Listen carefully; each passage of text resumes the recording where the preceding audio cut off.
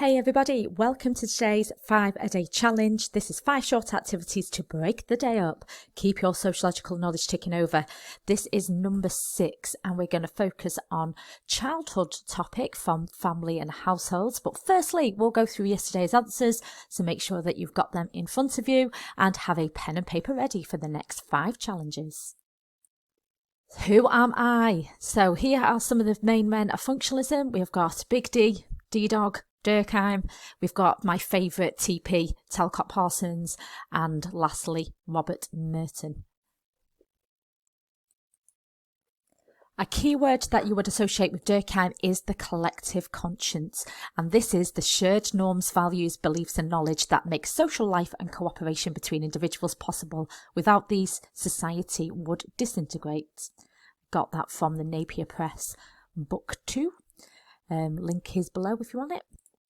Some further keywords that you need to know when explaining functionalist theory, and I scrambled them. Did you work them out? We have got firstly the organic analogy, society is like a human body. Consensus, so an agreement, usually of norms and values. The functional prerequisites. And lastly, socialization. So you've got 5 keywords that you would associate with functionalist there. Another of Parsons' contributions is that society is a system, like a body, with needs to survive. He called those needs the agile schema, but what do they stand for? Adaptation, goal attainment, integration and latency, and the different institutions that would help those along with adaptation would be the economic subsystem, goal attainment, so setting goals to achieve them and deciding what society needs and allocating resources. That's usually the political system. Parliament usually make those decisions there. And then the bottom 2, integration and latency, tend to do the socialization type functions. So getting socialized into the shared goals, being integrated, media, religion, education would do that one. And latency is keeping society stable over time, and the family is a big one that helps that along through primary socialization, but also it does tension management, which is basically the warm bath theory. Finally, the exam one. So remember, this was a quick challenge, so I just wanted you to bullet point some ideas about how you would answer this question. So firstly, we have got it is accused of being rose tinted. Why? Well, they do have an over positive view of the institution. So for example, if you look at the family, there's often a dark side of a family in the fact that a lot of domestic abuse would occur there. Second, ignores conflict. So Marxist and feminists would highlight the exploitation and inequality within classes and genders.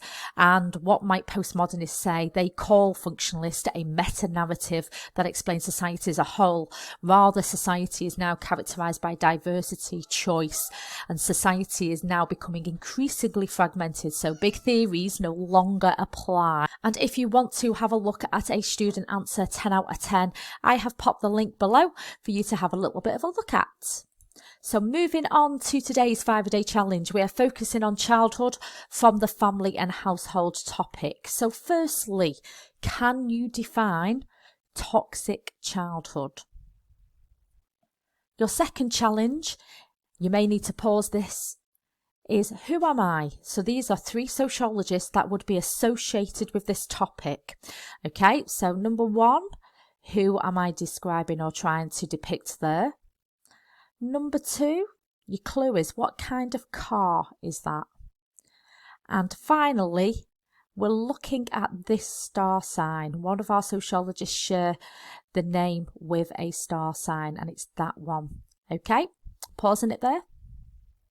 Okay, today I want you to tell me how many, at least 5 reasons for the change in the position of childhood. Another challenge within this topic is that you need to be able to look at a for and against argument, and usually surrounding this whether there has been a march of progress. So on this side, I want you to bullet point as many reasons or evidence for the march of progress that childhood has got better.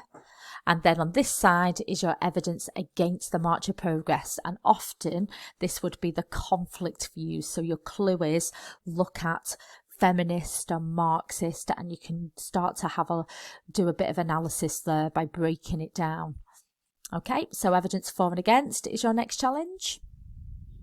And finally, your exam challenge.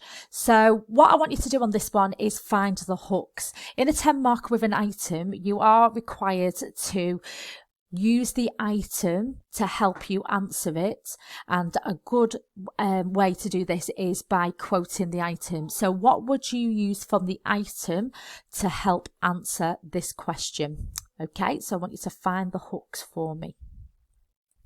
So there is your 5 questions. Answers will be in tomorrow's 5-a-day challenge video. Massive thank you for watching and taking part. Please share with your friends, students, other teachers. Click that like button and subscribe.